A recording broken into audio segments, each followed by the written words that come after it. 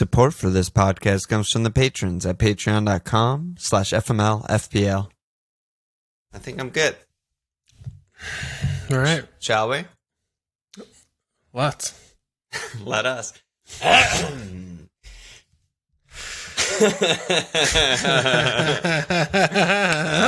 almost okayed it. Okay.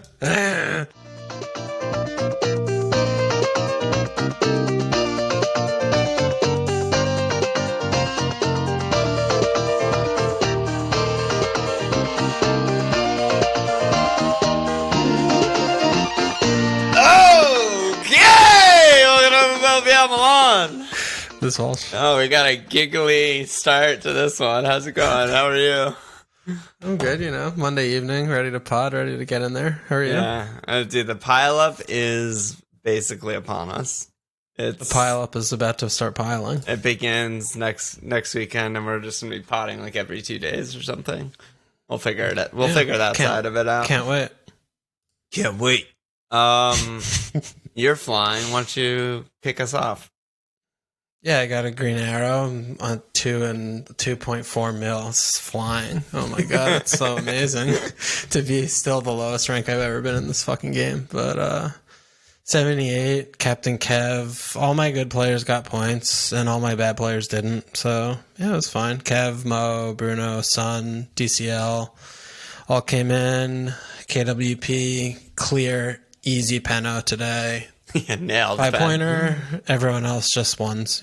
All the bad guys got 1 point. So yeah. I'm slowly trimming the fat. Hell Jack. Mm-hmm.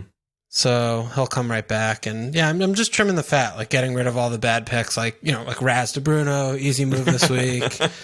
Didn't take a hit, took a fucking -7 instead. That's how I roll. God. That's how I play this game. I don't know about you, but when we were going through your team I think it was on Friday My Life, I remember just reading your midfield and being like, well, yeah, you just have the best midfield. Like, you have the midfield that of all the guys that everyone wants that would wildcard into right now, and look at them. They all came through. Yeah. But well, it would have been better if I had Raz instead of Bruno, but no big deal. Still good, though. And then props to you also on keeping Son. I think that was one of the things that you absolutely nailed whenever that was, 3 weeks ago or whatever, when everyone was getting rid of Son and Kane, and you were just I'm holding him for these counterattacking fixtures, and here we are. Yeah, I mean, that is exactly how we envisioned it, right? Yep. They're not attacking a lot. They get a couple of chances, and the thing that we're seeing that's been borne out is that it's okay. They didn't score against Chelsea, but in the other 4 goals that they scored in these 3 fixtures, it's really not possible for them to score in Son or, Kane a little bit because he's more reserved, but for Son or either the Bergwijn or Lukash, for them to not be involved isn't actually possible. Yeah, it's like a fullback cross or something, and then it's Kane, Son, and then a million spaces, and then fullback cross is the next route of scoring. Yeah. Yeah, you can point to the stat, XG, blah blah. It's still the same thing that we've been talking about Son for the last few years. Is when he's fit, he's kind of perennially underpriced, and he's just a really good player. So he scores top bins. He just puts it in the corner, and that's a good job by him. So yeah, Son's been great. It's nice that he's been getting the points and the loyalty paid off. So we'll see. And their fixtures turn really soon. They have Liverpool, but otherwise they have good fixtures for the next couple months. So yeah. Well, I think what we've seen is that there isn't really a bad fixture for Son. I guess the double-decker buses where Spurs were really bad in those few games, but most of the fixtures are good. Yeah. I finished on 61, but I took a hit, so 57. So really bad week for me. Down 300K, down to 2.6 mil. So we're ships passing in the night as usual. I brought in Chilwell and Reece, double barrel Chelsea fullbacks in for Kilman and Dunn, which, gained me some points because Reece got an assist, so that's fine. But yeah, it's all about captaincy. I captained Timo. Pretty much every cap outscored him. Like, I feel like every cap this week called. And Kev being the most popular got more than double his points. Almost even triple his Bruno points. plays half and he got more points. Bruno, Mo, Kev, they all fucking Kane, son. Yep. So, you know, what can you do? He got one assist. I had like an acid flashback to captaining Kuhn last season in the 8-0 when like he finished with 1 goal, 1 assist, and he should have had like 4 goals, 2 assists, that kind of game. With Timo just missing every big chance. Like, should have probably had at least 2 goals and whatever. I mean, the thing that calmed me is that like I've been pretty good on caps all year. Yeah. And by just trusting this and picking the matches that are really high scoring, and I did that again, you know, and so whatever. No, you have been doing really well in cap this year, I think. Yeah, and you know, I captained a guy who had a million big chances in a 3-1 win. Like, I'm not mad about that. So whatever. Chilwell and Reese should be, I think, long-term good holds. So definitely. Yeah, and you're shoring it up. Yeah, Reese, it's sort of the same with you. I'm just like trimming the fat. Like, I'm getting rid of my non-playing guys, my bad guys, and I have like actual long-term good dudes to play, you know. So settled on Reese, and here we go. So let me do the league. So shout out to the 3 FMLFL Prize League Mug League leaders for December after 1 week. Marcus Liljeborg, 0 point cap, Thomas Dudley, aka Dynamo Dudley, and Dylan Bolin, aka Bowles Boys. And shout out to the leader of the FML Field Public League, Peter Tind, aka 82 Coutinho. Too soon there.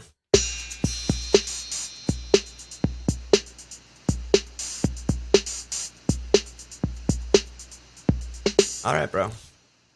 Anywhere particular you want to get into? Yeah, I mean, I've been reluctant to revisit this segment of the pod after talking about Arsenal, and they just haven't scored since. But I kind of want to talk about. I want to talk about Leeds a little bit. Actually, I thought you were about to double dip at Arsenal. I was like, oh my god. No. Yeah, talk to me about Leeds. I feel very like this is the least. This is the least we talked in a game week all season because I was like out of the loop. Sort of. Yeah.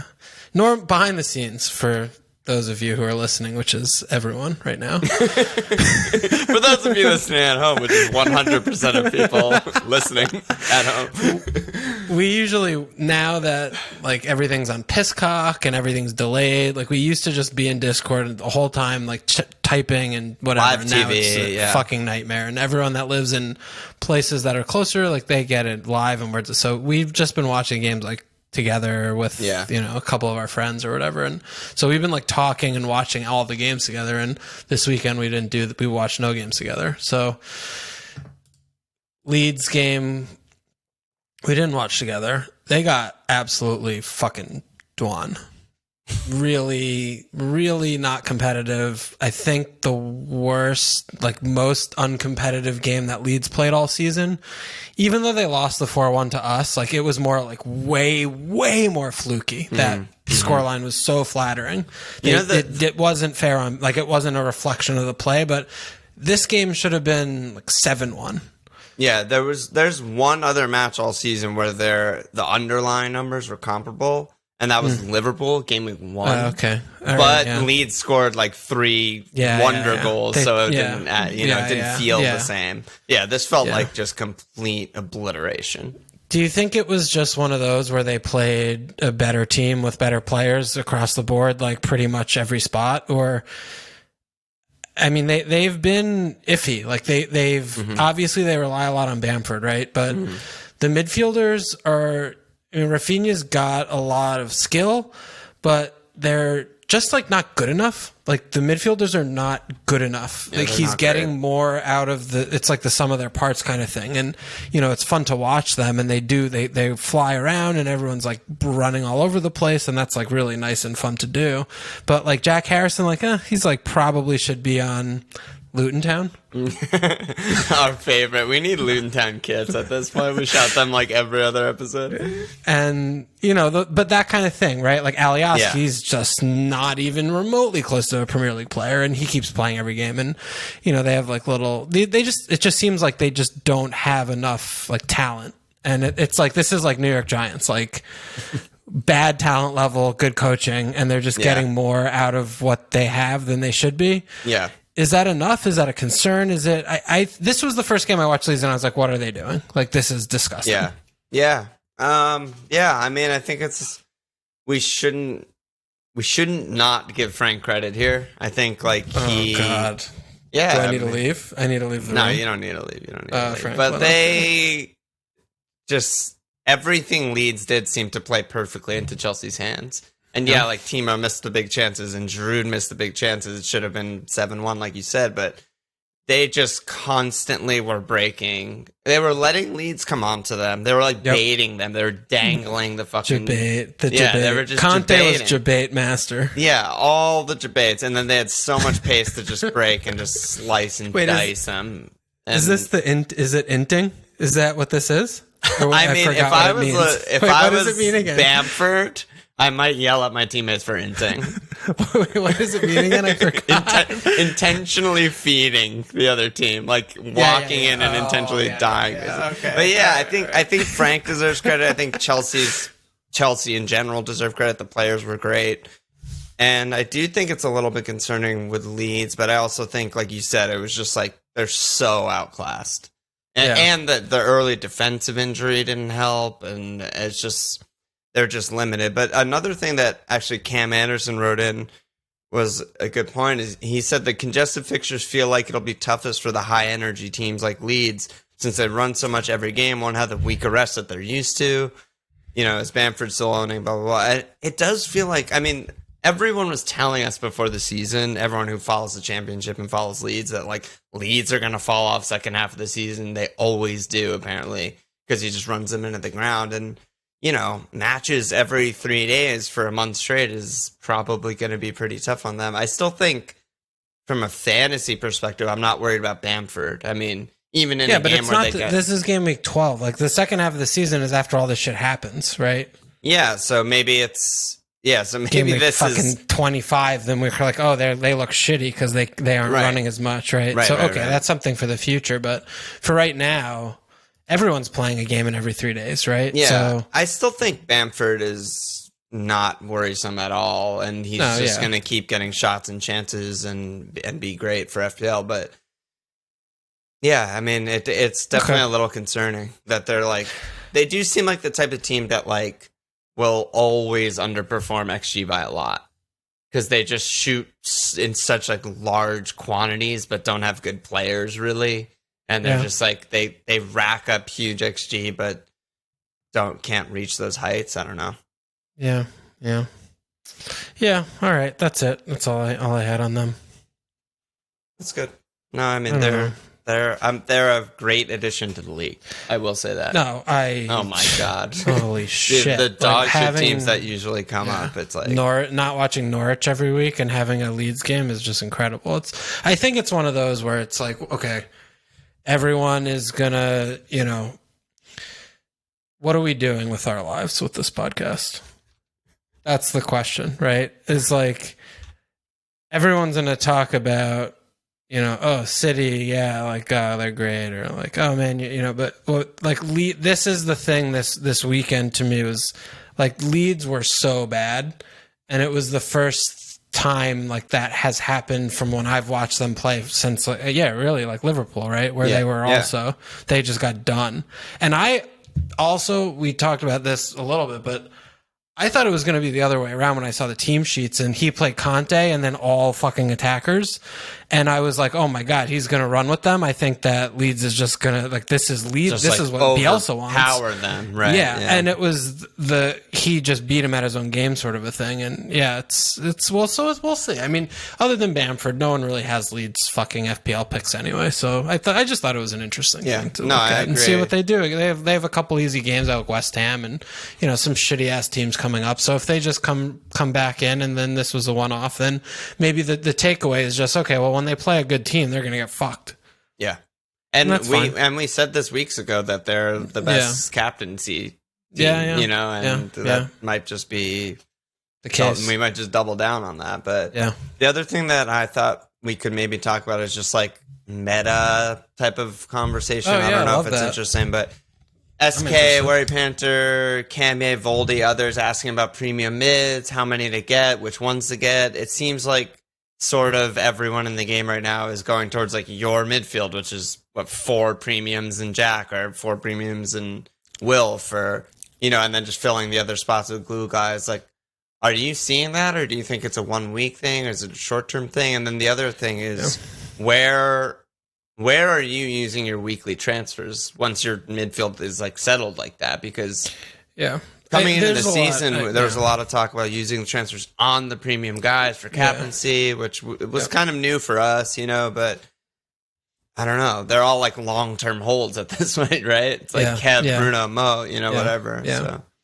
Well, I think the one biggest like misconception, and when I read people talking about the game, is that if you have all like 40% owned players, that you're not going to be able to rise because you don't have the differentials, which is that's a big fallacy. Yeah.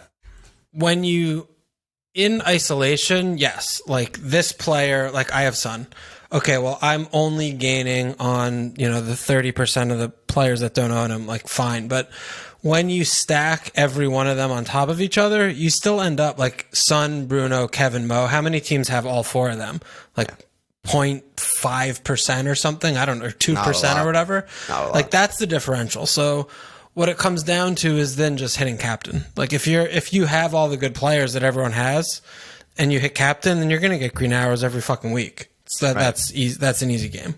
So you don't need to like, should I get rid of Bruno to get Pulisic? Because everyone has Bruno. It's like, okay, slow down. Like, remember about the maths and the things. It's not like crossing like Arteta is. Like, keep crossing goals. Like, not the same thing. Oh, dude, I feel so bad for Nate. I don't. I think of Nate when I see Arsenal bleeding out. I'm just like, oh, poor Nate. But hold on, let me just cut you off for a second because Live FPL has a nice ownership tool. Just to put it in perspective. So I'm just doing top 10K ownership because that's sort of like active, whatever. And between Mo, Kevin, Son, just those 3, not even Bruno, the combined ownership in the top 10K is 1.6%. Yeah. So that's the thing is, and you look at people posting their pictures. No one posts a picture of their team on anywhere if it's not like good. So it's like, oh, LOL, like my team's fucking the best. Yeah, and I wasn't posting my team this week.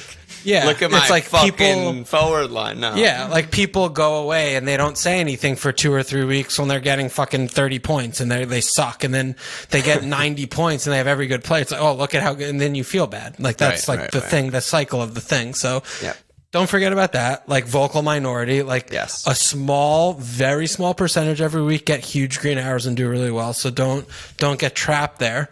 But if you have good players, you just keep them. It's kind of it's coming back to kind of roots. I think is like, who are the issues, and this doesn't mean that for the next 3 months that these 4 midfielders are going to be the best midfielders in the game. 2 of them could get hurt. Anything can happen. We see this all the time that, a few weeks change and the template change. Like it changes based on what's happening in the points and the games and the performances of this thing over here, the thing over there.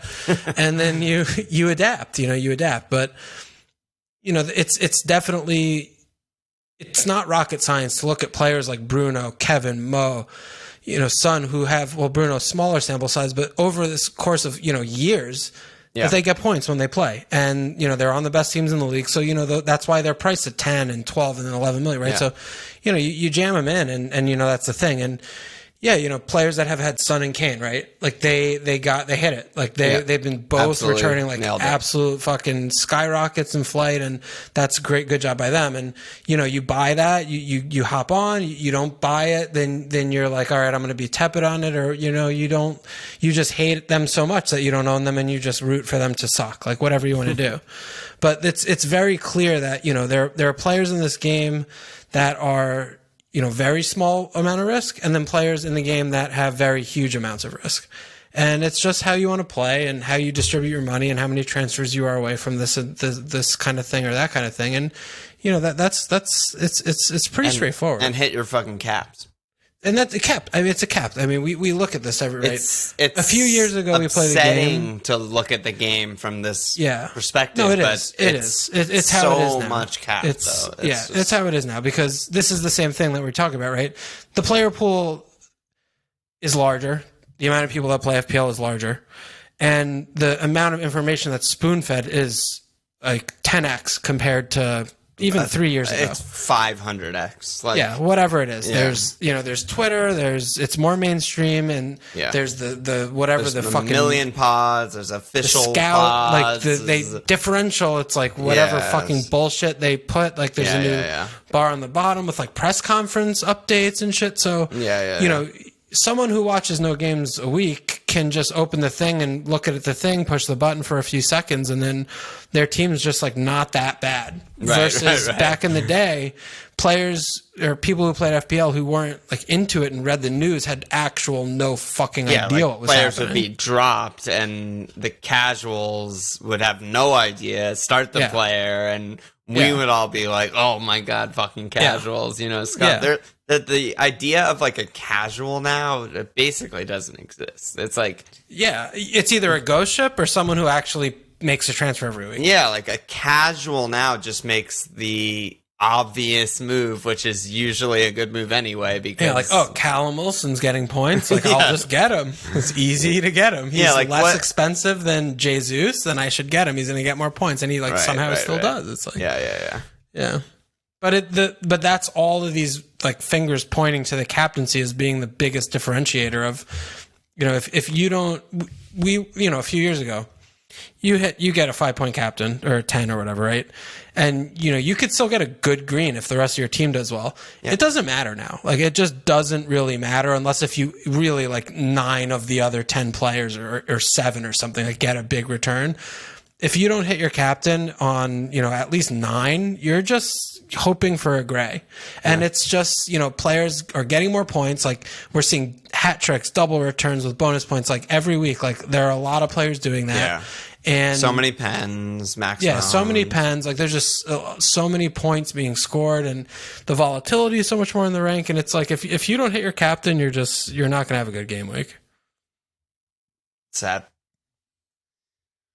Let's move on. Do you think there's a way to like augment the game or something with this, or is this just what's going to keep going, keep trending in this direction? Well, I mean, if cap was movable like Champions League or World Cup fantasy style, I think that would mitigate it some because more people would hit captaincy more often, right? There'd be less captaincy blanks overall. Yeah. So, and it would add more strategy and just be more fun in general because you'd have to stack teams that don't play on the same day. Double up, and triple stuff like up that. wouldn't happen. Exactly. So I think that would be one way to mitigate it. Otherwise, especially since they've been doing the Friday, Monday games, there's 4 days. Yeah, that would be so fun. Yeah. But yeah, I mean, I'm not sure. I mean, it does with the spoon feeding, with, you know, a casual player being more up to date and all that stuff. I mean, 20 weeks from now, everyone's going to have the same fucking team. There's no doubt about that. You know, like that's what's been happening the last 2 seasons. Like we get to like the midpoint or maybe a little further in the season. It just feels like you're stuck wherever your rank is. Yeah. Like you're stuck. You're there. Yeah, you have your glue guys. You have the same. Everyone has Kev, Bruno, Mo, whatever. Captain against the bad teams. Like it's all the same shit. So. Yeah, I don't know. There should be a way to like freshen it up somehow, but I'm not really sure what that is. Yeah, I wonder if it would be expanding the scoring system to include more like viable options, like because you know the player pool in the game of who you choose from is small. It's just very small. Yeah, I mean, even just if they added Champions League like balls recovered shit. Yeah. And like, maybe you know, all of a sudden then you could go 5 at the back and be more, you know, that's a thing. Or start some DMs for the first time in FPL history, you know? Yeah. All right. Let's talk about Everton.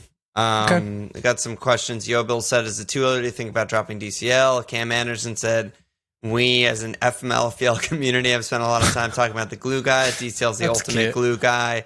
Isn't it an overthink move to get rid, or is it Galaxy Brain to go differential? And Mitch said another blank for Rodriguez. And the last time I'm calling him Rodriguez. Is it foolish to see him as a long-term option with other mid-price picks available, or is it worth it to sit tight with him and hope his quality translates to points? So, I mean, we've sort of danced around them a little bit. We brought them up a little bit last week as the whispers were starting to come of dropping them, and like they're still tail spinning and their fixtures are really bad. And so where are you at on all this shit? Well, James, you own him. What do you give us? Your James? He's got to go. He's got to go. He's such a good player. And I absolutely love watching him and just love him in general. But at this point, it's well established he just cannot run. He has no legs with which to run. He's basically like a deep lying playmaker.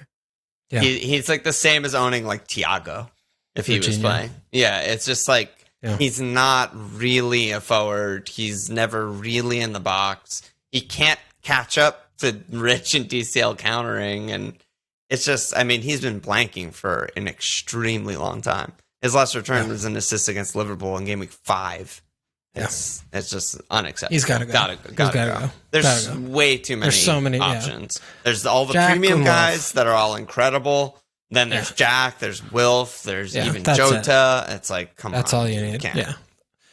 Otherwise, though, in terms of the performance, I mean, they weren't that bad this week. They really weren't that bad. Yeah, and Hamas probably should have had a return. I mean, yeah, he was near an assist, near a goal. Yeah. They weren't that bad. Yeah. I'm still concerned. Yeah. I mean, they fucking played Burnley, so maybe that's why. Because maybe that's why they weren't that bad. Yeah, because they played against the 18th place team in the fucking league. Yeah, they make teams look not that bad, but they do have some tough ones coming up. Chelsea, Leicester, Arsenal, Man City for the next 5. Yeah. DCL, it was kind of more of the same, right? I mean, he doesn't create a chance for himself, and it's, he's either going to get the pass to his toe and he's going to score, or he won't. Yeah. The thing with him that's so confusing when I watch him is, like, normally I don't like that player. Like, I don't like the player that is relying on the teammates for the chances as a striker. Right. But his movement is just like, it's like otherworldly, and he offers it so many times. There's like a zone, which is basically, it's like a 2-yard box. It's a new box, and that's just DCL zone. No other strikers get chances from where he gets chances. Yeah, and it's not a coincidence. Like, he's just in there. It's a skill. Yeah, it's a skill. It's like you watch them building up, or you watch them countering, and if you just watch him move, he goes either like near or far. Like, he always finds the space on the run, and it's just nuts. Like, watching him play is something else. The movement's incredible. He's great. He's a great player. But what about getting rid of him? Yeah, I mean, I still don't have a big problem with that. I really don't. It's not like his goals aren't worth more than 4 points. Like, he's basically getting a clean sheet when he scores because his fucking bonus points is a joke. Yeah. And, in the tough games, I'm still like buying that.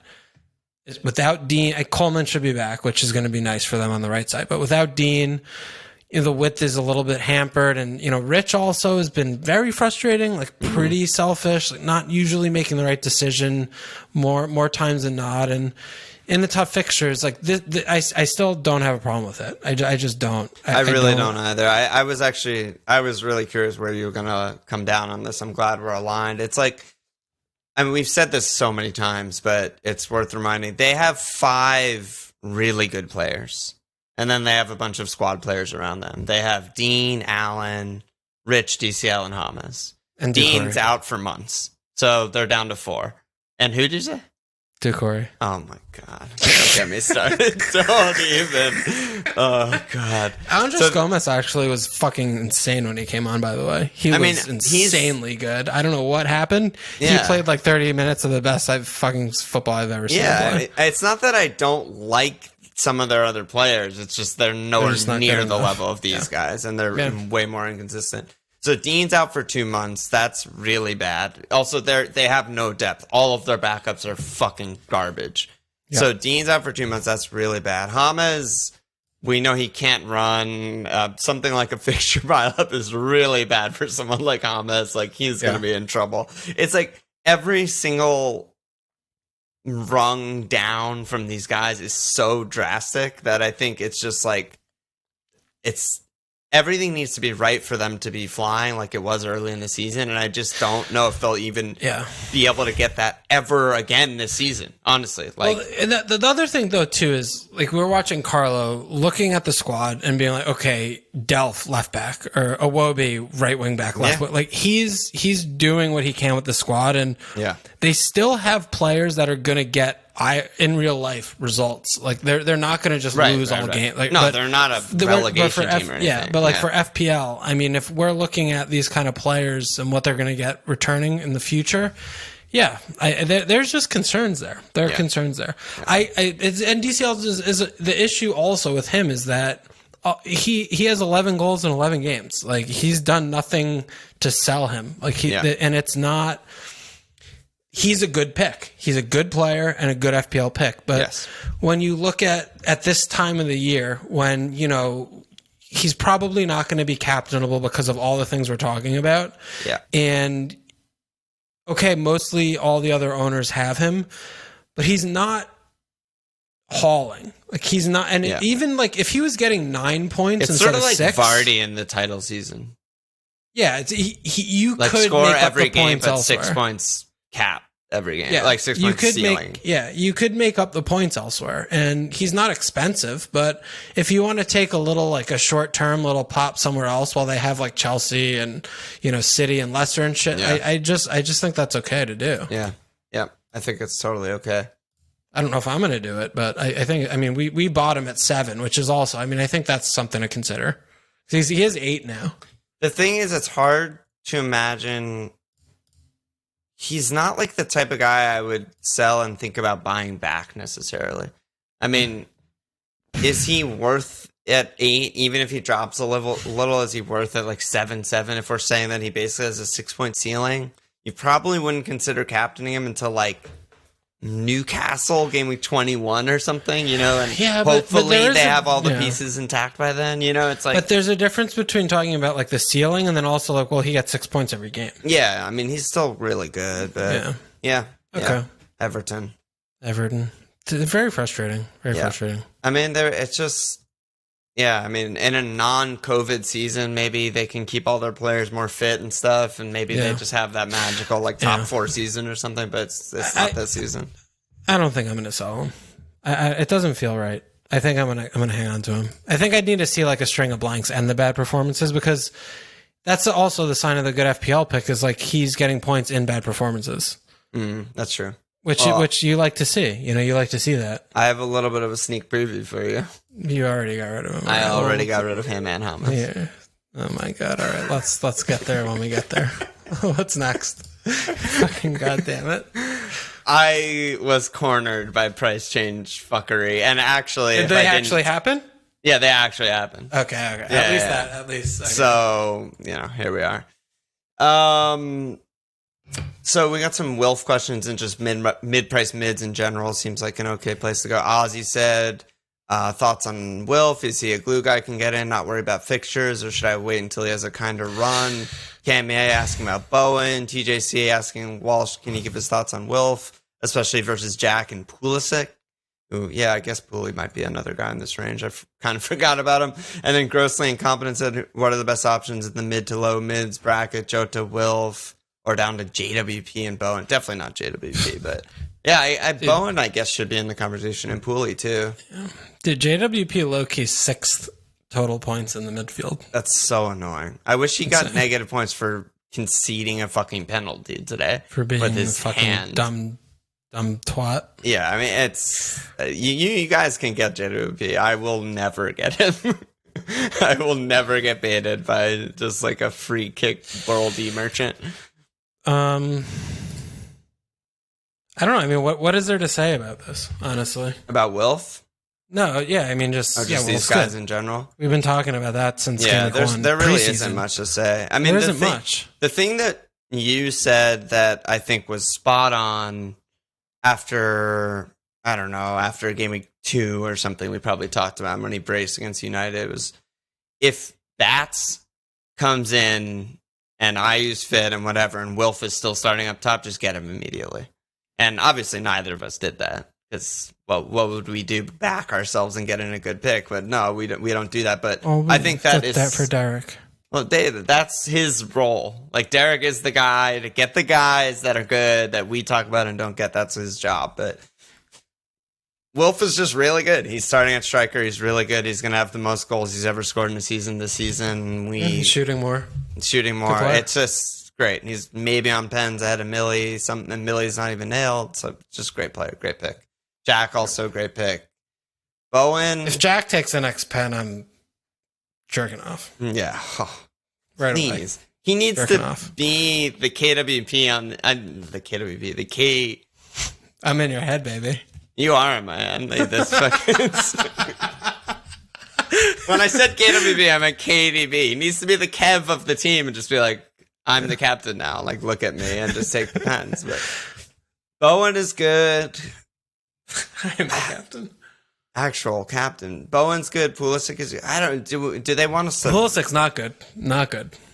I mean, he is Actual good when trap. he plays. Yeah. Trap, not good. Do not buy that, man. I won't, but other people could. I condemn it. Yeah, I mean, if I buy him, I'm 100% certain that it's not going to last more than a week or two. I've already had him for two red flag trips this season.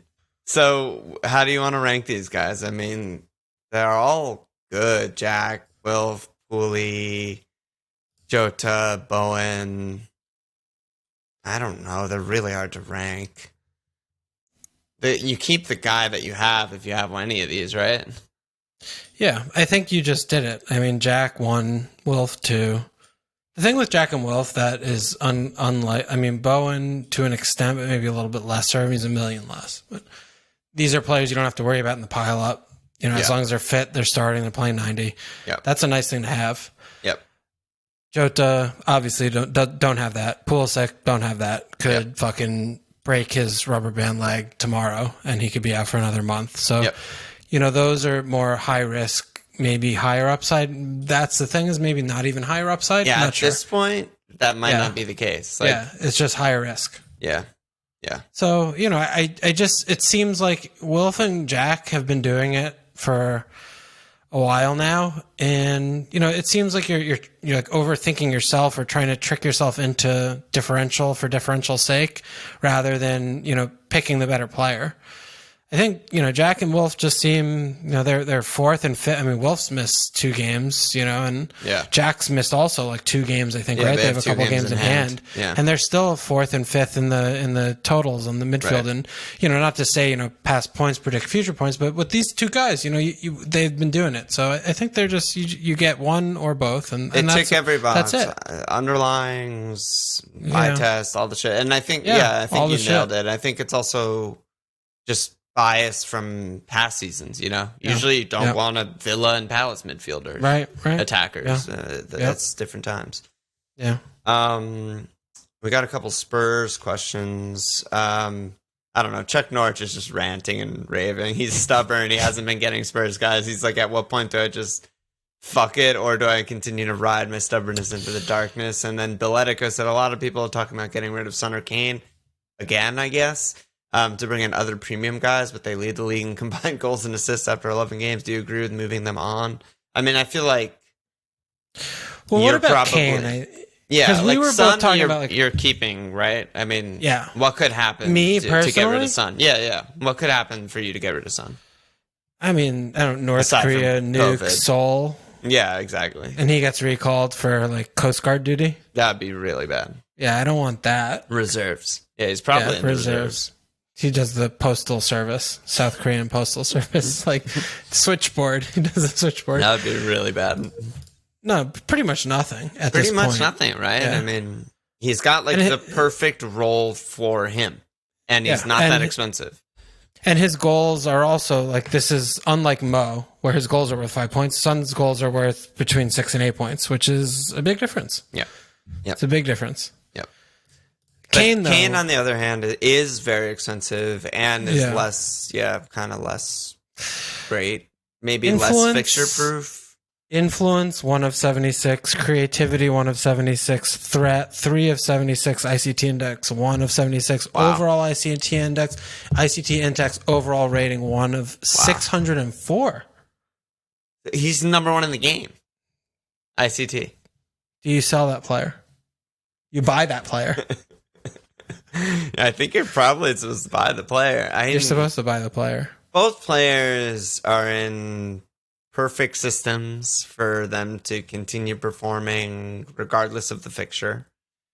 When I got rid of Kane, part of my reasoning was I don't see myself captaining him for a long time.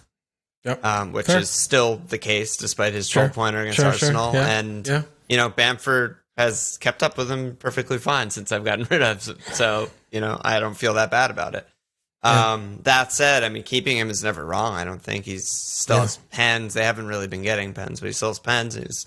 His numbers are really good. He's creating a million chances. So, yeah, it's good. I feel worse without Son than I do without Kane.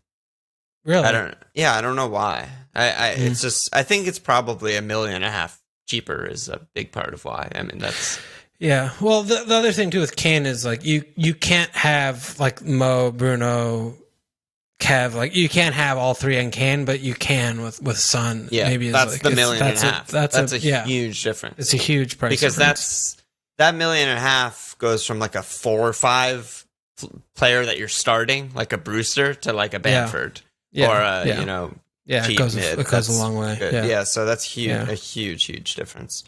I don't know what to say about them though. They're good. Spurs are good. Yeah. They're good. I mean, Son's not going to score 35 goals this season and continue scoring a goal every shot, but he's still going to score a lot of goals. He's still really good. So, Yeah. That's about that, right? Yeah, it's tough because we're sitting here tough. Like, what do you recommend people to do?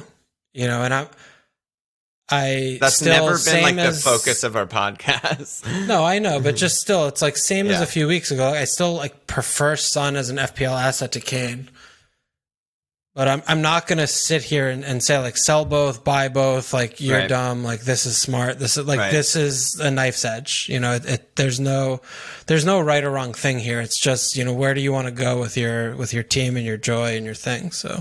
I think that's where this one falls. I think where I'm sort of settling is I'd rather have Kev, Mo, Bruno, Son, I think all ahead of Kane in my like priority list. Yeah, and if that's the case, then there's kind of no room for Kane. Yeah. And the other thing too, it must be said, I mean, they're not cheap players. Like it doesn't matter if they're home fucking Fulham or at Arsenal. I have no idea what fixtures are good, when they're going to score, what the hell's going to happen with Spurs. Yeah. So I think that also needs to be looked at, right? I mean the only fixtures that we know are good are like Southampton and Leeds. Because that's the games where they just counter over and over and over again for free. It's like, they like chase. It's like a cat like chasing their tail or something. Yeah, exactly. I don't know. Yes. Yeah. So, but other than those couple corner cases, that's something to think about too, because, with Bruno, unlike with Spurs where, Son, like I captained Son a couple weeks when they were fucking home Brighton and at West Brom and it was just like blank city. And then he just bangs against City and Arsenal, right? But Bruno, it doesn't matter. He comes off the fucking bench. He scores fucking 50 points. Like, it doesn't matter what's happening. The team could be playing like dog shit. The fixture's like easy, or he just gets points all the time. So, the captaincy needs to be thought about as well. Yeah, I mean, the easy fixtures for Bruno, it's like Brighton 12, Newcastle 11. I mean, Everton's not easy, but, well, they are. They're conceding a million goals at 17. West Brom 11, Southampton 10. West Ham off the bench 6. Yeah, it's set your fucking clock to it. Yeah. And Kev and Mo look great too, and they look great. Well, Kev still no open play goals, but we'll see about that. That's kind of weird. Yeah, that won't continue. And there's a lot of guys so far this season that have like missed a ton of huge chances. Yeah. Not just Timo. Anything else, or do you want to just dive into this smorgasbord of Discord questions? Yeah, I mean, we're running long today. I don't want to do a 2-hour one. I don't want to be in that bucket. Let's see. There's 7 questions. I think we could do 7 questions, our team's caps, and wrap it up. We'll find out. Bear, is it time to go back to the Dyer well? Preseason was spot on about Spurs' defensive approach, and he's as nailed as they come. Don't like the question. Next question. Challenging Next question, the premise please. of the question. Next question, please. Yeah, they're fine. They're fine. Chester's complaining about Timo doing his head in. Dude, Timo's fine. He's going to be good. He said, but he needs to free up funds for Mo. Would a guy like Rich cover Werner's points as a downgrade? Yeah, no. The answer is no. Yeah. Yeah, Bamford will. We talked about Everton. Yeah, like Bamford double changes a lot better probably than Ings will. Ings, it's probably a great time to jump on Ings. He's probably, no one has him. Yeah. Fly without. Fly with or without. So is that your way of putting the little seed in that's who you got? I didn't get Ings. Fuck you. I did not get Ings. All right. Next question. Next question, Judge. Simple Mug asking about Rafinha. He's worried about Leeds, though. Is it a double up with Rafinha and Bamford too much? I mean, well, but this is the thing, right? If you have just Bamford and you don't have Rafinha, then that you're good. Bamford's gonna get more points. Rafinha probably won't get as many points. If you have just Rafinha, not Bamford, Rafinha's gonna get more points. Bamford's gonna. If you have both, you're fucked. Neither are going to get points. They're neither like good assets. Yeah, like neither are good assets. How does this happen? How does this still happen? Wait. Hold on, wait. If I have me and Taylor, does that mean that Burnley's not going to clean this weekend? Yes. Okay. If I have Walker and Ederson, is that too much, or are they still good? Are they a good team's defense? I'd say they're still good. I don't know. Okay. You're confusing me. But if I have Mo and Mane, does that mean like Liverpool's bad? Too many picks? Score goals. Yeah. If I have Jack and Ollie, is that too much? Is that too much attack? Too much. No, I know what you're saying. This is hard. The real thing that I'm focusing on is just like I don't know. I like Rafinha, but it's not that difficult to get to the way better guys, way better mid-price guys, and I think it's worth it. He's priced appropriately. Like you're gonna this weekend. Yes. Perfect example. Like 2 games ago, world beater could have had fucking 18 points. This weekend, invisible. Played like absolute dog. Could have played maybe still 3 hours and not got points. Yeah, still played 90, which you like to see that. Yeah. You know, you like that because he did make some attacking subs. When's Pavetta gonna get a start? No, he's not good enough. But I still feel I like him as an impact sub, but he's just not good enough. But Rafinha at 5'4", you know, it is a big difference. Like Jack and Wolf, like that's like 2 mil, you know. So I get that, and they have some good fixtures coming. I still think that Rafinha, you know, you're getting what you pay for. I guess he's fine. I think he's fine. I just feel like if people were DMing me their teams with a Rafinha priced player in them, I'd always be like, yeah, he's the one that you point to. Kind of an issue. Yeah, it's kind of an issue in every team. Yeah. But he's also just like a fun flair pick, you know, kind of guy. Yeah, I mean, if he's your fucking 11th player, whatever, it's fine. Yeah. If the rest of your team's good, it's fine. If you have Bamford, then don't get him. It's too much because they can't score together. Double ups and triple ups weaken the power of every other person on them. It's so upsetting to me. Fred Neal said, seems like a lot of people are wondering about how to get Mo in, if it means dropping 1 or 2 of Bruno, Kev, Son, or Kane. Do we need to bring Mo in this week, or do you hold the good guys and just ride it out? That's like a... Hold on. Foreshadowing to the our team section, I imagine. I did bring in Mo. Okay, hold on. There were hits taken. There's injector mode. Syringe.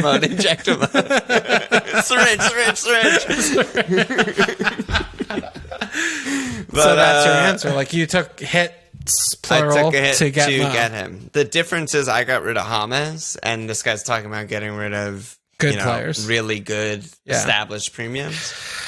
This goes back to like the transfer strategy thing of like where are you spending your transfers and shit. I mean, I think if you're gonna, you're not gonna captain say a Spurs guy or whatever, and you're definitely going to captain Mo because you don't feel good about the Mank Derby or whatever, then fine. I mean, yeah, that's a totally fine way to use a transfer. If the rest of your team is good to go, I think. But yeah, I'm not going to... That's a small percentage. Exactly. I'm not going to wide net that and be like, everyone should transfer out their great premiums for Mo. Like, that's too soon. Like, there's a lot of good players in the game. There's a lot of ways to get points. I'm sure there's plenty of people flying without Mo this season. You know, you don't need any one particular player. Yeah. Captaincy, though. We'll get there. It's important. Yeah, we'll get there. Yeah. Chucky, which teams are you looking to invest heavily in for the festive period? Seems like Pool, Leeds, and City all have very nice fixtures, to name a few. I mean, I'm not a fixture man. I was about to say, I kind of haven't been looking at fixtures. Yeah, I barely ever look at fixtures. The only time I look at fixtures are when it's cap and when I'm rotating my fucking shit ass defenders. Otherwise, at 1 point anyway. Yeah, it doesn't matter. Otherwise, I'm just like start my good players and usually they get points kind of thing. So I think it comes back to, meat and potatoes, fixture pile up time of get the players who aren't rotation risks, like limit your exposure there because, when you have players like, I don't know, Pulisic, I guess you put him there, guys like that who are Jota. Just, you don't know if they're going to, Jota, you don't know if they're going to start or not. Then when they play 3 games every week, then that's when it happens. So, yeah, give center backs over fullbacks. Like this is the time of year to think about that a little bit more. And the that fixture kind of run thing. Like, I guess if I was making like a defensive transfer, I would probably look. But at the opposite end of the spectrum is I just got 2 Chelsea guys because I don't want to look at fixtures and I just want to hold them for 20 game weeks, which I think is better. So yeah. Pictures. And then last question is Noka. He said, question for Daddy Walsh. I became a dad 6 months ago. I found that having a baby takes up all my time. I'm lucky if I get to watch Spurs play twice a week. Any advice on how to manage the old footy FPL daddy situation? I mean, that costs a lot more than a Patreon subscription. That's a big ask. If you want to know. That's a big ask. I could tell you. I could teach you. I want to know. I'm not even a daddy. I mean, honestly, it's just like it's very easy. You just you have open lines of communication with the missus, and you do a little timeshare job, and you just map out what's important to you and what's important to them. It's really simple. It's not much more than that. It's all right. You put in the work in the morning, I put in the afternoon. And that's the job done. It's all timeshare. The kid fucking shits and eats and does all the things. Same schedule every day. Same fucking shit. Rinse, repeat. So you just make it work with the missus, and then teamwork makes the dream work, and that's about it. I mean, I watch fucking 10 hours a day, and then I watch the kid for the other 10, and that's not a big deal. It's easy. You sleep for 4, and you're fine. Yeah, I mean, I wake up at 4:30. The kid doesn't wake up till 7. Like. The wife does it from 7 to noon or whatever. That's like 5 for her. And then I take over from there until dinner time. It's an easy job. It's an easy job. Done. So do that. Fucking job idiot. Great job by you. All right, let's go on.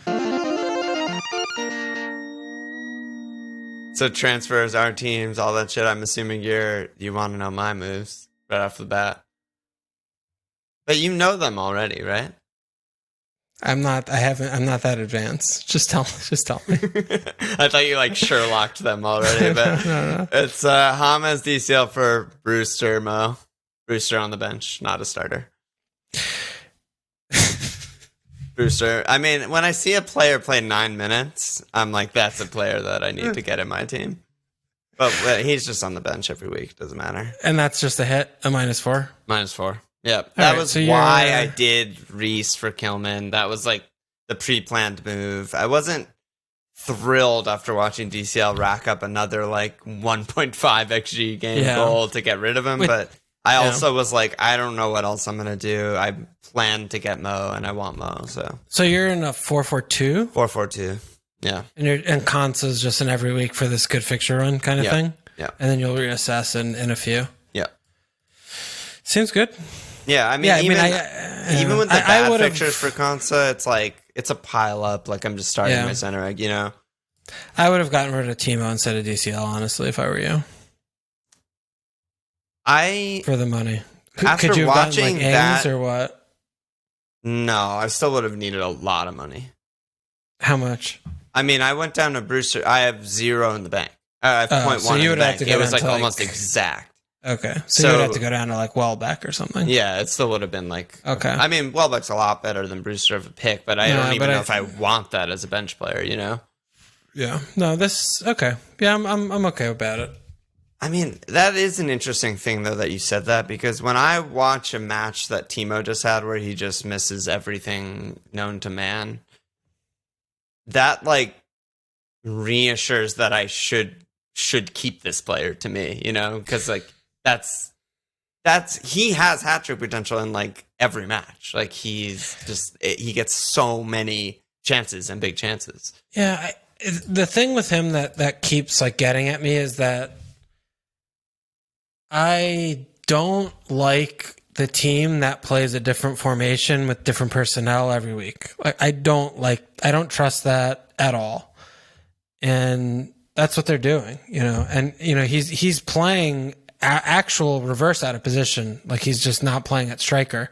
And he's getting the same chance, like left wing coming in, like whatever, counterattack, fine. But it's still just, like, not ideal. Like, ideal to me, like, we talked about this all preseason. Pulisic, Werner, Ziyech, Kai 10, no question, 2 ideal. fucks, and, like, go. That's what I want 9-5 for. That's why I want him in my team. But when he's playing, like, G up top or Tammy up top and Werner's kind of, like, feeding off scraps, like, he's getting big chances. Like, yeah, but he's not feeding off scraps. Yeah, he's getting chances. But it still is the scraps, though. It still is the scraps. I don't know. He's just getting so many big chances. But you're also, he's the player. Like, you're not going to captain him and shit, right? So then it's like... Or am I? I mean, I've captained him 3 times this season already. He's got me 16, 7, and a 7, 5. A 5, yeah. No, he's been good to you with captain. But, you know, 9-5 player, game week 11 just put in the books, 1 double-digit return. That's not acceptable. Yeah. Like, his total is okay because he's getting a lot of minutes and he's still, like, chunking a little bit. But that's not acceptable. But you know, that's not good enough. Basically, from that 16 on, which I think was after the international break, right? What was that when that was? The Southampton match? I think game week 5. It was like they were fucking, like, fucked up. Like, Timo was bad and they were really fucked up. Yeah. And from that point on, it's in 16-2, 7, 7-5, 2-5, like 2 blanks and a run. Steady.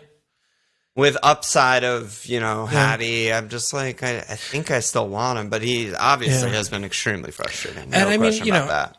And on balance, like, okay, like he's on this like 12 returns, 1-1, like 9-5. Okay, that's he's paying for his price. I digress. He's definitely not like a bad, like that's okay. But when you have DCL and Bamford, you know, like straddling him, and they're like 2 and 3 million less in the game. Yeah. Like that's where I'm like, that's why it like warps me into like, why are you paying this much for this player when you're getting the same thing from these other guys kind of thing, you know? It's probably one of those biased things where I've just owned him so long and I just want him to do so well and stuff that like... He has also been like fine, you know? He's been fine. Yeah, he's been fine. But like I could straight swap him to Son or something, which is like everyone has Son, you know, but like, I don't know. I still just like really rate him, and he's obviously in a poor run of finishing, but like I don't know. Yeah. And Chelsea are fucking good. Like Chelsea are legit good. They're good. No, good team. But good it might be wrong. We'll see. But I got Mo, so you know my team's pretty good. But it didn't make sense for you to have done it like this move because then you would have gotten a player you didn't want. Like this way, you're just like I mean my 11 is good now. I mean like. Konsa's the worst player in my 11. And he scores every week. And he's a genuine goal threat with good clean sheet fixtures. Good pick. I have Diaz, Joel, Reese, Kev, Bruno, Mo, Jack, Bamford, Timo. Like, it's good. I shouldn't be fucking red arrowing, but here we are. What about you? But the other thing, too, is, you know, the hits are problematic. I'm hitting. You're spotting the field a lot of points. I'm hitting. You're hitting a lot. The way I see it with hits, and maybe this is totally wrong, the way I see it with hits is like I need to catch up. Like, I'm not. Like, I need to aggressively go for the guy. It's not like I'm captaining fucking, Zambo. Like, I'm still, like, captaining proper players and getting in good players. I want to captain Zambo, but I'm still, like, getting good players, captaining good players, etc. But I want to, like, aggressively start to gain places. Like, dude, both of us have just been so bad. Like, 2-3 mil region. Yeah. I still feel like, though, that's, like, I agree, but I think it's, like, you need to get your team to, like, right now I feel like my team's in a place where, like, I could chill and just steadily rise because I have like the best players in the game. This is the first time I felt that way about my team. Okay, and it took multiple hits to get there. Yeah. But now, barring injury, I don't see any transfers. I have 2 playing guys on the bench for the first time all season. I have no red flags for like the first time all season, and I have a bunch of good guys. Midweek games. I'm jinxing myself, but yeah, here we go. Okay. Can you get COVID twice in like 3 weeks? Hopefully not. Yeah, why not? Different strains, I heard. Different nostril. I mean, I'm not a doctor, but I'm a doctor. There are different strains of COVID. Here we go.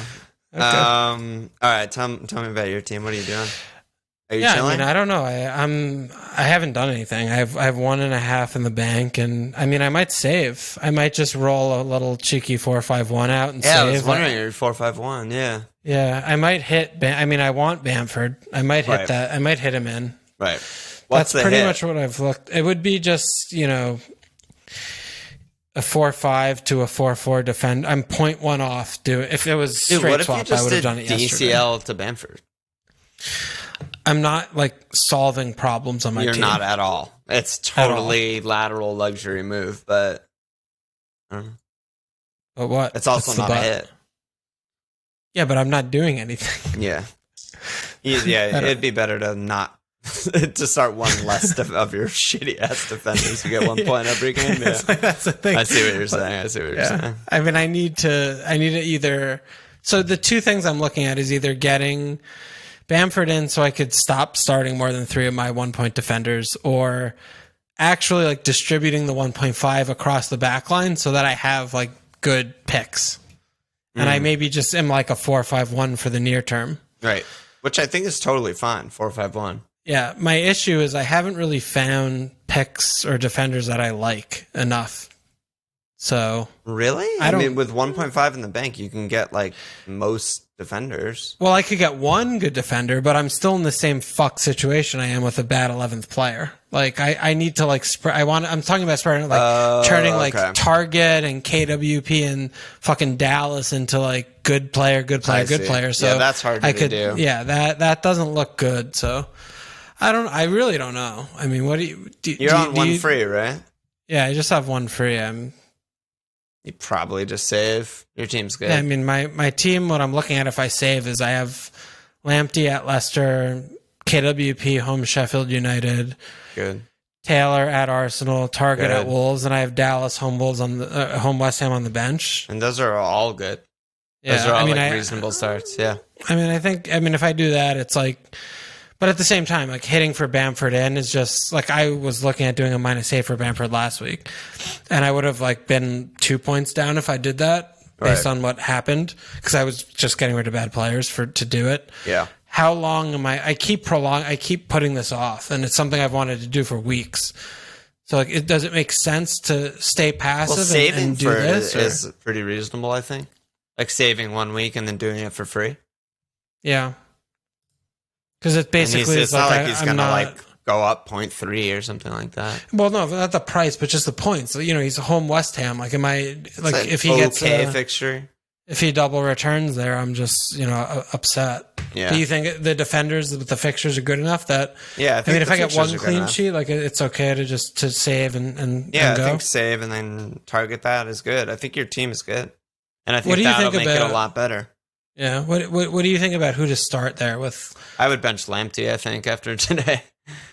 He was so bad, and Brighton just like can't keep cleans. Like they're really gonna keep out Vardy? Give me a fucking break. There's no chance. So you think I should start Dallas over Lamptey? Diamond Dallas Page, home West Ham with no Antonio potential. Pretty good. Honestly, pretty good picture.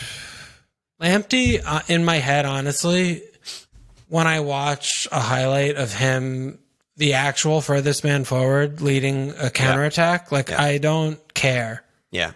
I mean, that's very reasonable. I mean, I'm not doing the thing that. is, I'm not benching Lamptey. I'm not doing that. I just don't see a clean at all. And Leicester suck, though. They're one of the worst teams in the league. I mean, doesn't matter if Vardy's going to score. And the thing with Lamptey also, and I really like the player, obviously, but he has one actual assist. He's been taken down for pens twice and gotten assists off those. He has a goal in open play, but it feels a lot better if those are 3 open play assists. You know, it'd be like, okay, cool. He's really attacking. His final ball's bad. Getting the returns for him, but yeah, I don't know.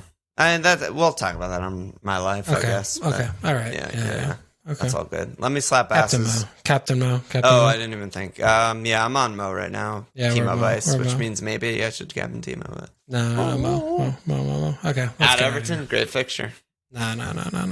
Let me slap asses. We got a bunch of new Patreon signups, actually. So we got Jack Hall, Vino G, Jack Bailey, Eric Tobias Taub, Pranav S, Nathan Walters, Kurt Grindhagen, Brendan Collins. Slap that ass. In there, baby. That's about it, brother. Any last words? That was a good job, you. Check us out at fmlfl.com. Follow us on Twitter at fmlfl. Support us. Joining us. Subscribe to the future.